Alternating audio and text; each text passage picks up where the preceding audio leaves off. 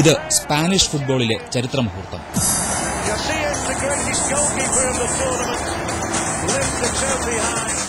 പരമ്പരാഗത ഫുട്ബോൾ ശക്തികളായ ജർമ്മനിക്കെതിരെ സ്പെയിനിന്റെ സമ്പൂർണ്ണ ആധിപത്യത്തിനായിരുന്നു ഇന്നലെ ഏൺസ്റ്റ് ഹാപ്പൽ സ്റ്റേഡിയം സാക്ഷിയായത്.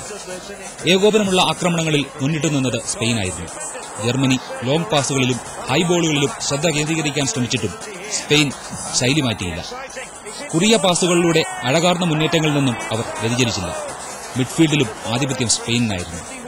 ഏക സ്ട്രൈക്കറായി കളിച്ച ഫെർണാണ്ടോ ടോറസിന് പന്തെത്തിക്കുന്നതിൽ ഇനസ്റ്റയും സാവി ഹെർണാണ്ടസും ഫാബ്രിഗാസും അടങ്ങിയ മധ്യനിര ശുഷ്കാന്തി കാണിച്ചു. ഒടുവിൽ 33-ാം മിനിറ്റിൽ ടോറസ് ലക്ഷ്യം കണ്ടു.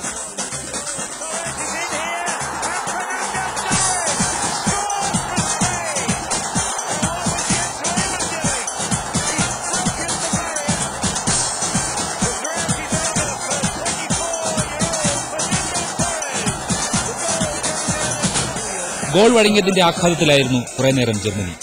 തൊട്ടടുത്ത മിനിറ്റിലും സ്പെയിനിന് അവസരം കിട്ടി. എന്നാൽ ഭാഗ്യം ഡേവിഡ് സില്ലയെ തുണച്ചില്ല.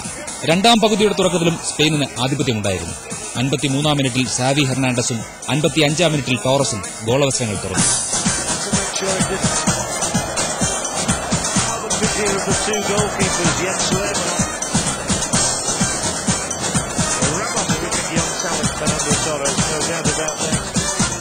എന്നാൽ ഇതിനുശേഷം ജർമ്മനി കളിയിൽ അല്പനേരം ആധിപത്യം പുലർത്തി. 59-ാം മിനിറ്റിൽ മിഷേൽ ബല്ലാക്കിന്റെ ഷോട്ടോടെയായിരുന്നു ഇത്. ഇതിനിടെ കളി അല്പം പരുക്കനായി. ഡേവിഡ് സിൽവയും പൊഡോൾസ്കിയും ചെറുതായിട്ടും ഇടഞ്ഞു.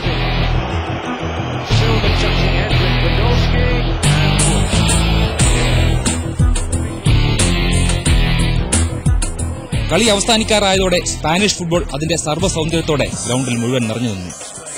ഡാനിയൽ ഗിഥയും മാർക്കോസ് സെന്നയുമൊക്കെ അനായാസം ജർമ്മൻ പ്രതിരോധത്തെ കീറിമുറിച്ചു. ഒടുവിൽ സ്കോർ ലൈൻ സൂചിപ്പിക്കുന്നതിനേക്കാൾ ആധികാരികതയോടെ സ്പെയിൻ യൂറോപ്പിന്റെ രാജാക്കന്മാരായി.